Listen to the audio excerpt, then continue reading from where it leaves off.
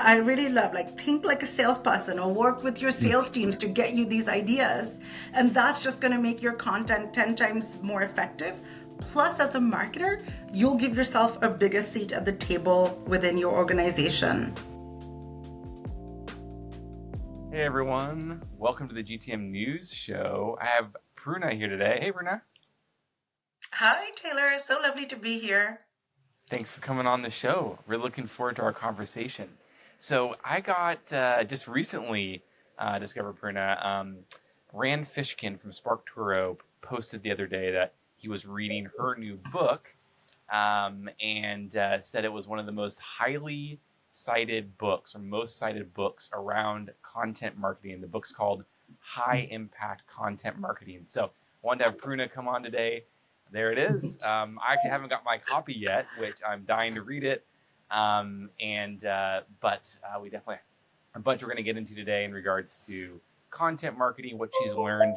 She is been a marketer for a while now and is currently the principal consultant of content solutions at LinkedIn. And I know that experience, I'm sure, has influenced a lot of you writing the book. So let's just jump right in, Pruna. Share with me and the audience why now? Why did you decide to write the book now? And what was the motivation behind it? Well, Taylor, the timing is so perfect right now because in my work, I talk to marketers all the time. So many people are questioning their path forward, right? We're in this inflection point with AI. People are questioning, well, what's next? What's going to happen? It almost feels like sort of like the dot-com era all over again. Now we're in the AI era. And actually, I got really fortunate because Kogan Page, my publisher, reached out to me at the perfect time because they'd seen some of my work, both now from LinkedIn of my previous role at Microsoft. And they said that, would you be open to writing a book about content marketing? I'm like, well, heck yes, this is the perfect time. So that's how it came about. I'm like, I have all of these questions that I hear from marketers all over the world, whether B2B, B2C, whether small company, large global enterprise. The questions are remarkably very similar. So I said, let's come through and share what I've learned to drive really like high performing, high impact campaigns. I love it. Thanks for sharing and couldn't agree more. And we'll get into AI and your thoughts on that as it relates to content today as well. And I'd love to hear your thoughts, if you wouldn't mind, just sharing a little bit about maybe some of those questions, those common questions you hear from folks. And then what were those answers? What were the things you've learned, maybe some trends or some things that have always been around that, from other folks that we can learn from? Sure thing. Well, there are a lot of best practices in content marketing. Things like, oh, you must understand your customer to know what to deliver. You must, use your content more. None of these are wrong. So I'm just going to preface it by saying none of these are wrong. So then why do we still hear so many marketers say that we're following all of the best practices? So why am I not consistently seeing these high impact results that I'm aiming for? And the issue with that is that the content, that advice is not wrong. It's just too high level. It's so surface level. So I'll give you one example of what I've learned or what I do differently. So everyone says, yes, we've got to start by understanding our customer. That's not wrong, but you want to first start by understanding your own internal needs as a business, right? Ultimately, what you need revenue, you need some kind of income, you need something to grow, right? To survive in business. And so you need to start by understanding your internal goals and the priorities, like what's going to move the needle for you. So let's say you're hearing a lot of buzz from customers about offering A. But offering A isn't really going to move the needle that much for you, whereas offering B that you have, that's much more of a revenue generator. Like a small win there could yield even more than a big win in offering A. So then we're like, all right, well, if I know that B is the place to go, then let me start by understanding what customers think about B and focusing much more heavily there. Otherwise, you're just going all over the map. And I'll throw in one more example. Another thing people say is that, oh, we'll just, research our customers, see what they want, talk to them. But who are you talking to, right? You want to find the right subset. Any business has different sort of levels of customers, right? Every business or organization will have this like creme de la creme, like your upper stratum of the types of customers that you love more of. They either spend more or they share word of mouth more about you. So you want to try to research those kind of audiences so that way you can build for the types of people that you love to have more of. And so that's the little difference between best practice versus high impact content marketing. Love it, Bruna. Super helpful. Thank you. And I love, yeah, focusing on what are the business objectives through your content and how are you driving those, and then also hearing about like the best customers, targeting them, and even maybe even like the personas in the company, and figuring out who, what particular person, because I think a lot of content I see out there is pretty generic, right? It's just like it covers, it's talking to everyone, so it's talking to no one, number one. But even if it is like industry specific or even company specific, right? Like ABM, account based marketing, is Mhm. really important in especially in enterprise B2B and whatnot. Mhm. Um, and even in that, folks, focus so much on, just they're talking to the whole company the same way versus understanding that you have, multiple different types of personas within the organization, and whatnot. Any additional thoughts there on targeting and how you structure your content to be really specific to your audience? Yes, for sure. And I love that you brought up that ABM example because I can't tell you the amount of times I've talked to people. And this even happened when I worked in paid search. Uh, People would be like, we're building these incredible like audience lists and, we're taking all this advice and segmenting and doing the right targeting. And I'm like, okay, well, how are you tailoring your messages? Like, oh, we're not doing that. I'm like, well, what is the point of having the different lists? Like, it's so much work to do anyway. And maybe, a minor difference here or there isn't really enough to cut it, right? You want to think about, especially in B2B, you have so many different people. You have end users, influencers, decision makers involved in a purchase decision. You want to look at people by their sort of level of influence, by their type of job profile, by the kind of work they do. And sometimes it's minor changes that if you make, you'll see a big difference. So if you're targeting um, leaders versus individual contributors, all your content needs to be like, hey, get your team to succeed. If you want to build, higher powered teams, do this. Whereas if you're speaking to individual contributors, it's their needs. Let me make you more effective in your role. You want to drive these leads. It's such small changes, but oftentimes the same content can be tweaked slightly to reach out to both audiences. So make sure putting in the work to get your list right, then go and understand like who is it at the other end of my ad, because it's digital sort of makes us so removed. It makes us harder to almost interchange our marketer versus sort of consumer hats. Um, when we don't realize we're just like marketer, I'm gonna just do this because this is good. But you're like, no, there's a human at the other end, right? Even B2B, we are all humans, business buyers too. Mhm. And so see what's gonna appeal to them, make their life a little easier, a little better, entertain, empower, educate, so on. Yeah, the reason why I laughed is I think we in B2B we definitely forget the human side of it, and because so much of the decision making is very logical based, right? I think B2C is more emotional. I mean, they're both logical and they're both emotional, but B2B is definitely more logic, problem solving type of decision making. That being said, it's still human, and I think the biggest problem with any seller or marketer or anyone in a go to market function is we're usually not our buyer persona, right? We're usually not. I've never, the folks that I'm marketing to or whatever, I've never been in their shoes, right? And so you have to work really hard to get in their shoes, try to understand where they're coming from. That way you can sell better, you can market better, create better content, etc. In our previous kind of conversations and leading up to this, you mentioned some really cool ideas around. I'm kind of changing tracks here a little bit, but I thought was really interesting around just the consistencies in like human behavior and looking at how maybe the platforms have changed. There's TikTok and there's all the formats have changed, but how people learn and adult learning hasn't changed. I'd love for you to talk about adult learning more and and maybe what you've learned through, your research and whatnot around how do we create content that actually educates people towards a buying decision, but actually helps them along the way, right? Not just content that is like, direct sale, right? But it's actually educating people, helping people learn. Love to hear all your thoughts on that. Small Yeah, topic. absolutely. And it ties in everything because so often we say that B2B is only like logic and rational, but that's not true.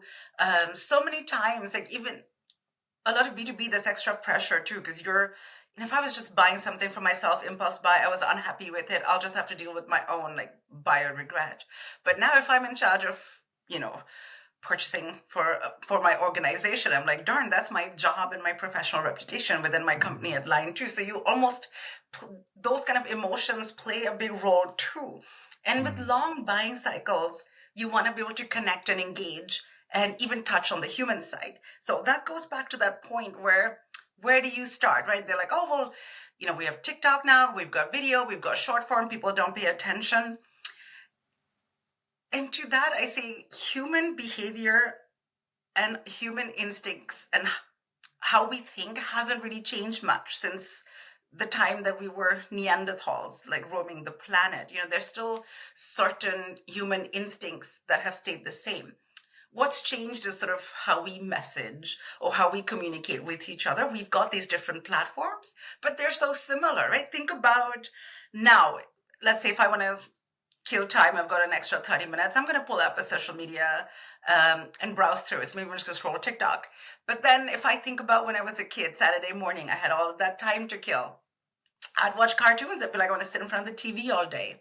And before that, before the time of TV, it was, hey, turn on the radio. I want to be entertained. It's those kind of behaviors stay the same. It's just the medium changes, but the message is always, and the behavior is constant. If you understand that, then you know how to connect to people and you're not worried about, oh, well, all of this is changing. Well, to succeed, you want to focus on what doesn't change, and that's human behavior. So I'll give you an example on something like surprise, right? Surprise is an emotion. And so I first read about this in Claude Hopkins' like 1923 book on advertising. And he had talked about surprise. So what's that cereal, like puffed wheat or puffed rice, like all of those grains? Mm-hmm. They'd use it as like surprise and curiosity, like, oh, look, grains puffed with a gun and so on. And now we're just like Rice Krispies or like Wheat Krispies or whatever we eat every day for breakfast, take it for granted. But it was surprising when it came out, and they used that element of surprise to make it popular. And now the key to that is understanding, like, why does surprise work? Because it amplifies other emotions more, and it can be good or bad. So in a bad way, I think one of my favorite examples is when Netflix suddenly announced to everyone that we are just raising prices, and there was collective outrage. I mean, if we look back now with the knowledge, we're like, it was like $1. It was $1 or $2. I mean, sure, no one likes paying more, but the collective outrage was just so much more because it came as a complete shock to us. So if you know that, okay, I want surprise can amplify emotions, then maybe why don't I amplify good emotions? Go to a dinner, surprise them with a free ice cream cone at the end of the dinner. You have a loyal customer, you know what they like, they tend to like, surprise them with a sale right when you know it's about time to pre-order, right? Something, a little loyalty benefit here or there can help. Super cool. I love that. And yeah, thanks for clarifying as far as the differences between like negative surprise and positive surprise. I haven't really thought about that before. I think surprise and delight is a pretty common expression, but you can also do it the negative way, which also has issues. Love to kind of once again switch gears again, and love to hear your thoughts on AI and kind of the emergence of AI tools and what you're seeing. Are you pessimistic? Are you optimistic? Where do you see the positives of it? Where do you see the negatives of it when it comes to content creation? Well, I'm really optimistic, and I think what I've learned, I've been fortunate to have seen and learned so much about just AI and how it can empower humans, both from working at Microsoft for many years and right when living through like when Cortana was coming up and all the voice assistants and then chatbots, and then seeing the power of like AI for good in so many different ways. One, I think I'm really excited by it. We're at an inflection point. The cool thing right now for people are like, oh, it's not that great. I'm like, well, this is the worst it's ever going to be. It's just going to get better and better and better from here because the rate of change is so rapid and we're always learning new things that it can do. So in the good side, I think one, it just lowers the barriers to entry for people. Previously, people who may be small businesses or people maybe not so proficient in the language that they are trying to create content in, maybe people with different education levels or different backgrounds, they're now empowered to go out there and create content. Like what I loved was like one of my grandmoms was like, I'm putting on my recipes now on YouTube. I'm like, you're kidding. And I'm like, I never thought I would hear the words like my grandmom and YouTube in the same sentence, apart from, does grandma even know what YouTube is? But no, like, look at this. And it's passing down the legacy of her recipes that she learned from her grandmom. And it's so special to think about how it opens up things there. It also gives us incredible tools to come up with combinations that just defy what we could think. Like, we all know that a diverse team can lead to more like diversity in thought and better creative ideas. Now we have a power of AI, which like just super powered, isn't it? So the type of creativity that we can add in is going to be amazing. Of course, it's not going to be without its flaws. Like, things always get worse before they get better. We had to live through the dot-com bubble bursting before it went, before we had the internet as we have it today.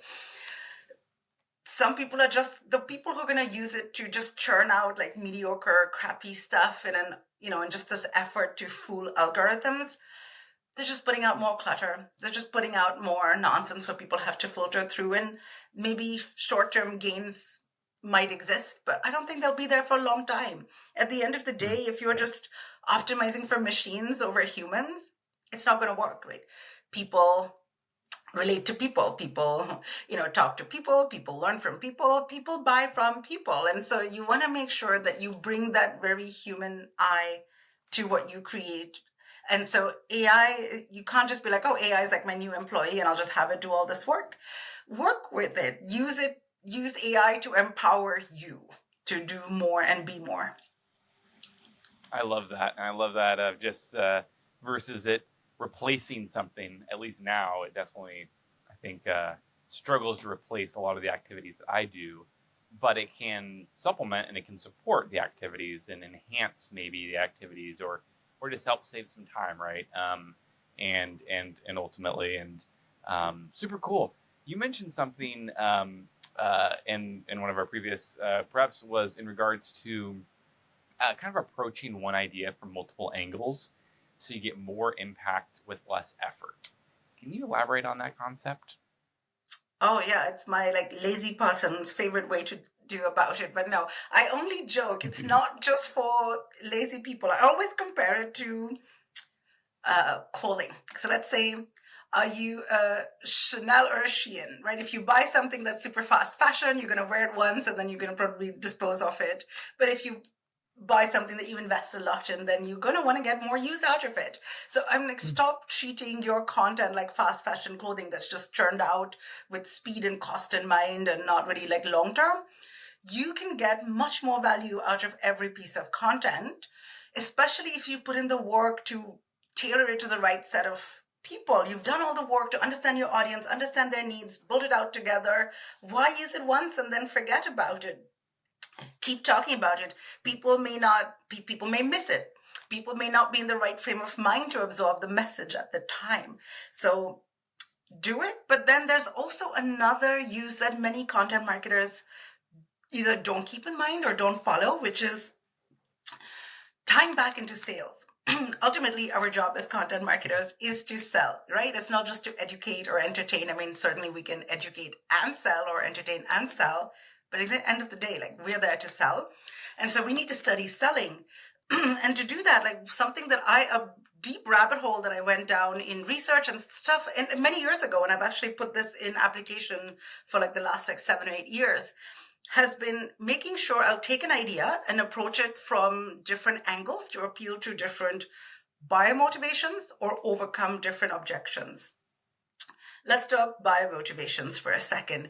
These two have stayed the same for time immemorial. So things like we buy something to gain something in the hopes of, or to avoid loss, or to stroke our ego, or just on impulse, right? For example, there's usually 6 core buying motivations. Let's take toothpaste as an example.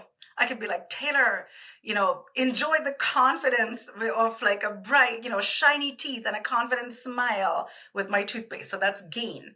I could speak to fear, or like, avoiding pain, which is, we all know that pain of cavities and root canals, no one wants that. This toothpaste is clinically proven to prevent that, right? Your same message, you're just coming at it at a different angle. Or for impulse buys, right? You're at the checkout line, or you're like, maybe I'll try this new toothpaste.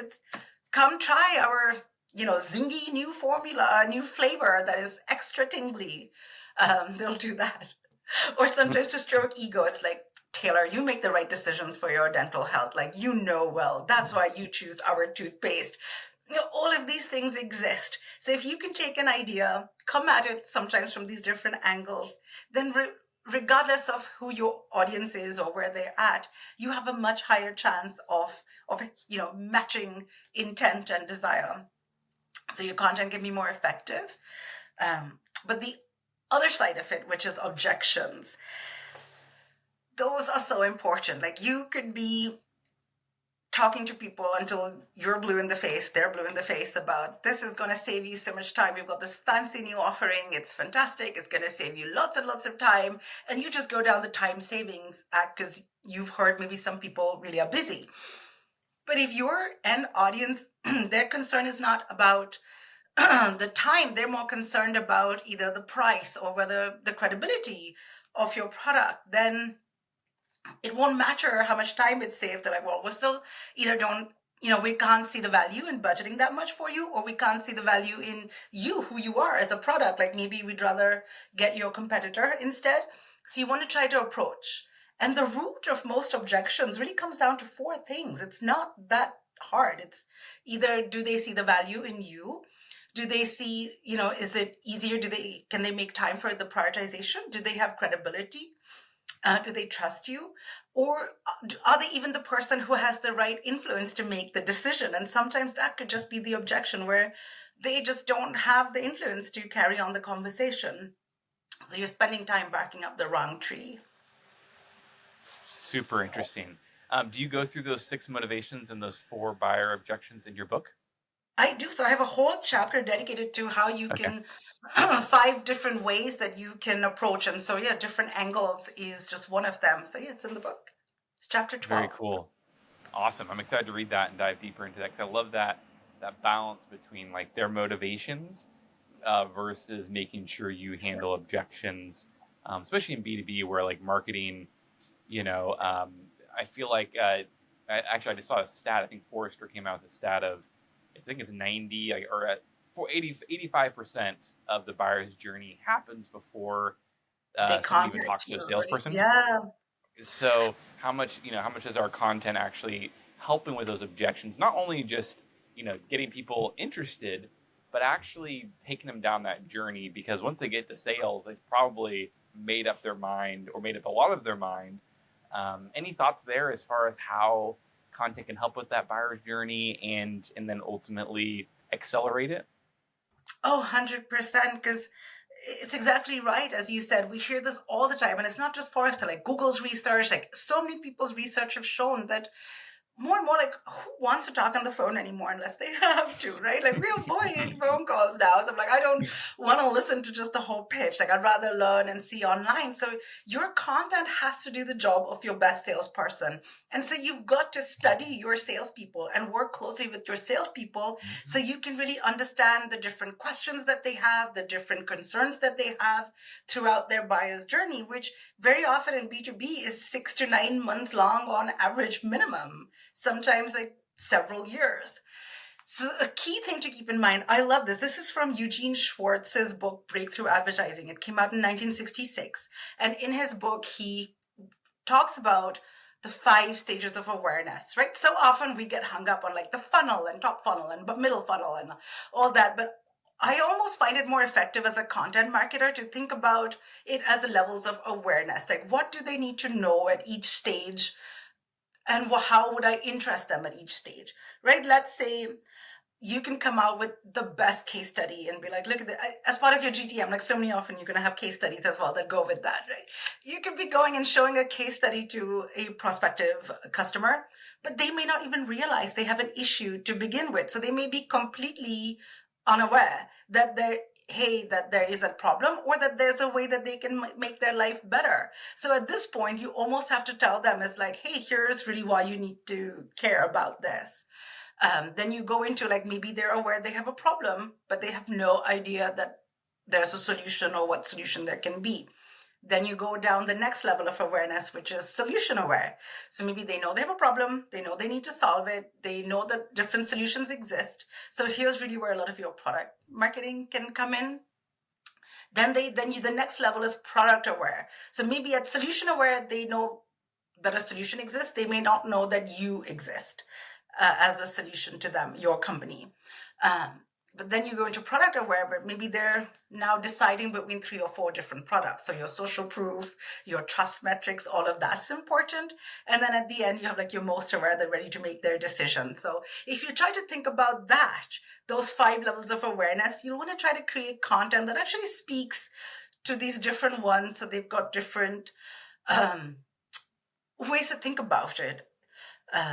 Or you're meeting different people where they're at, and you're giving them the information that they need, rather than very often, if you are trying to go with the product level, you're like talking about all the shiny whiz bangs and the ding dings and then all the stats that you're like, I am not even ready to hear about this yet because I don't care. So you try to think about what interests them there too. So yeah, I really love, like, think like a salesperson or work with your sales teams to get you these ideas. And that's just going to make your content 10 times more effective. Plus, as a marketer, you'll give yourself a bigger seat at the table within your organization. Oh, Bruna, I think that's a great idea to end on, especially from a marketer standpoint. Not only leveraging, as salespeople, they've come across everything, right? They figured out exactly what to say and how to position things, how to take people on a journey, the best ones, right? And so tapping into that brain, tapping into that experience, and almost just, using all of that perspective and using that into your content. Love that. And then also love your idea. I'm definitely going to look into that more in regards to those awareness stages and think about it in that, because it really is even so much like we talk about sales cycles. And it's like so much of the sales cycle, we're so focused on that, especially in the B2B world, of like, what's your sales cycle and how do we reduce that? When in all reality, what I almost think about it is like the marketing cycle, right? Or maybe even the awareness cycle, right? There's this, it's way longer, it's way more complex than this little point in time of them talking to your sales team or them doing a demo or doing a trial. And so I love that. It's definitely more encompassing of really what's going on in people's buyer behaviors and whatnot. So thanks so much for coming on. This has been super interesting. How can folks find your book?